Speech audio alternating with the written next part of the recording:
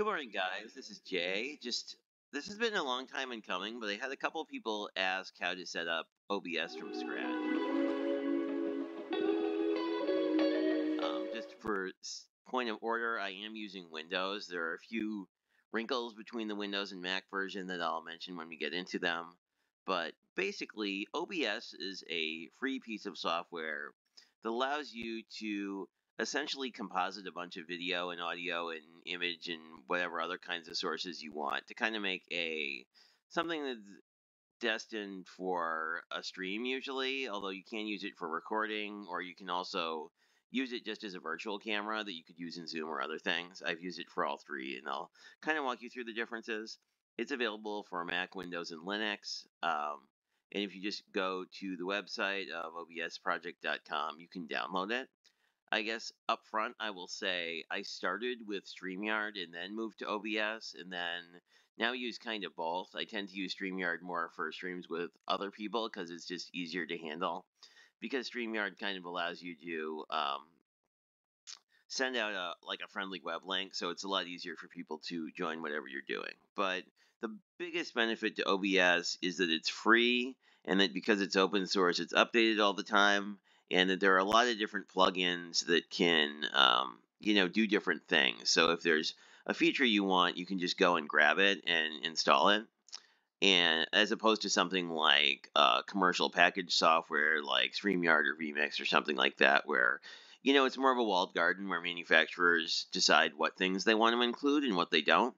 So that comes with the potential downside of no one's really tested perhaps like your personal setup in terms of your plugins and settings and all that. So the downside to OBS is really, while you're kind of optimizing your process, you're probably going to spend a lot more time like playing with settings and stuff like that. Anyway, let's get started. And there may be some jump cuts in this video just for installations and whatnot. It just depends how much I ramble. Anyway, I'm just going to click on Windows. It's going to start downloading, and then we're going to be good to go.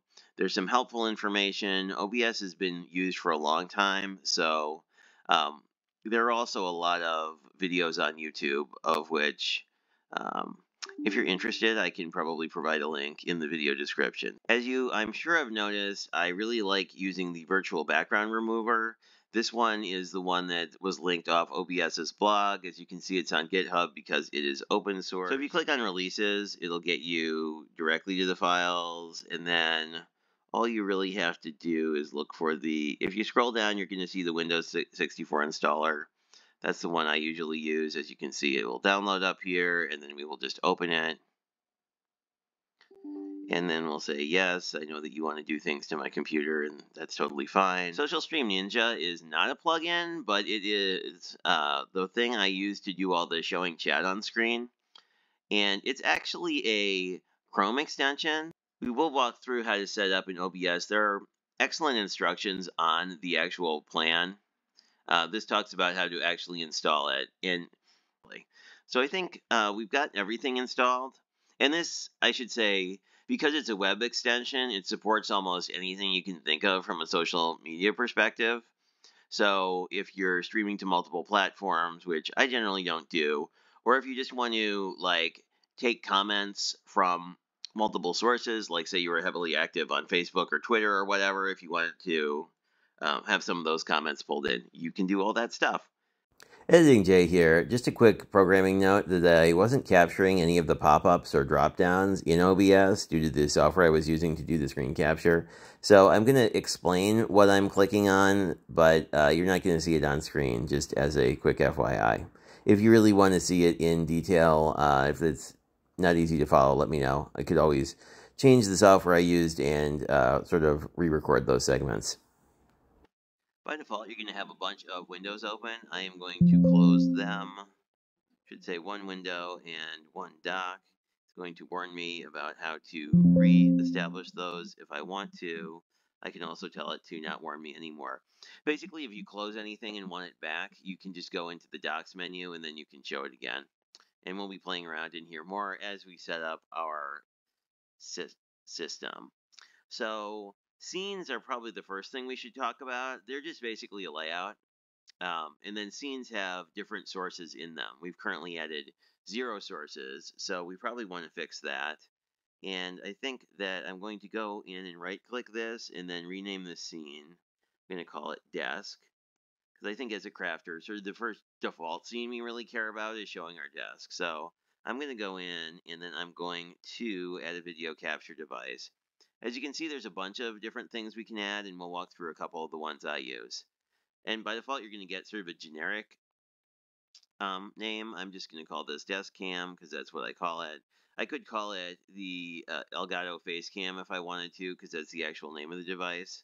Um, but anyway, this is going to pop in. We can see my camera, and I'm just going to move it a little better so it looks kind of more the way I want it to in preview. And I guess the only thing that I would say is you can change you can configure video, you can do a lot of settings changes related to video if you so desire. And the only other one I sometimes use is this deactivate while not showing. Basically, that will allow you to set up the camera differently in different scenes. I do that for my face cam because I have some scenes where I'm big and some scenes where I want to use a mask to make me look circular, and we will play with all that in a second. So here I'm just going to hit OK. And as you can see, this is kind of small, so I'm going to just grab the handles here and drag it larger. The other thing you can do is if you hold the Alt key, you can go to any border here and you can make it smaller just by dragging. Oops, I am holding the wrong key. Okay, so I can just go in here and yeah, and then if you do make it smaller, you'll get this dotted green border, which indicates that there's more of a camera signal if you want to use it. This is pretty good because this is going to sort of center on the center of my mat. So we have one thing down. Probably the next thing you may want to play around with, and I should say you can stop at any point, right? If I just want this to be my whole screen, like here, now we're done. Also, you'll see these like chevron lines. Those indicate that there is more camera essentially off screen. So I'll just do that. There we are. Back to where we were. Also of note here is the eye will hide things, and the lock is very nice because it will stop this from being able to be moved around, which is really nice to lock things you know you're not going to change during a stream, because if you're clicking on a bunch of stuff, it is pretty easy to screw things up. The next thing, one quick note. In Windows, when I bring in a camera, if that camera has a mic, it will come in as well. We didn't do it this way this time because the stream cam doesn't have a built-in mic, probably. That's why it's not showing up here. But if I were to bring in another camera source that does have a microphone, by default that audio source will come with it. And I don't love that feature, but it doesn't work that way on Linux or Mac, where you'd have to specifically add audio. Just be aware, if you ever like set up a scene and then have really like echoey audio, it's possible that you pulled in an extra camera. And if you don't want a camera, you can just click the little volume thing, and then this is the audio from my computer. That's what desktop audio is. So click the little speaker that will be muted. You can also see here that you have your sort of equalizers.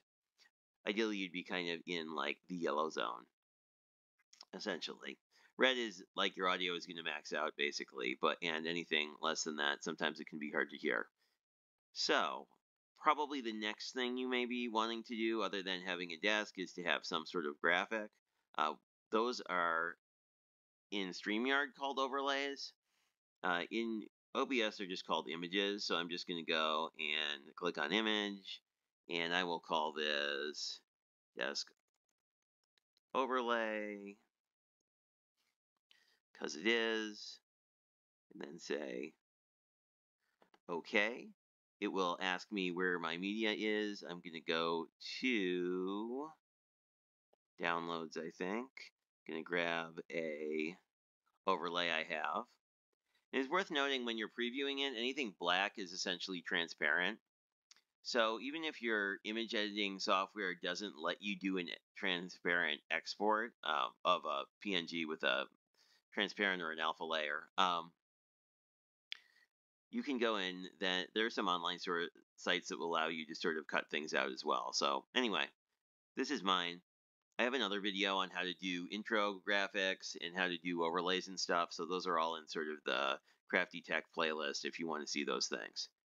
So as you can see, the holes these sort of black areas we're seeing our background pop through. You might be wondering, well, why did this overlay just come on top like that? Is that necessarily the way it works? The answer is no. If you look at the sources here, similar to Photoshop, the item that's closest to the top of the box is going to be closest to the viewer. So here we have our overlays over our camera. If we pulled this around and then moved our camera a little bit, if we moved our overlay, um, if we grabbed our desk camera then and moved it, oh, I locked it for my own convenience. See how wonderful that feature is? But if you move the desk cam, you see that the overlays behind it.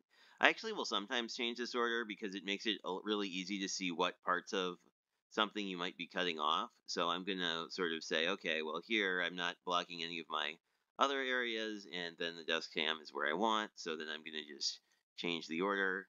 These I don't think I need to change, so I will do a best practices and just lock them so I don't mess them up later.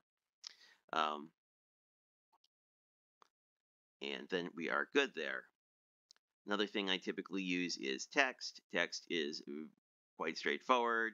You can just let's call it text, because hey, why not?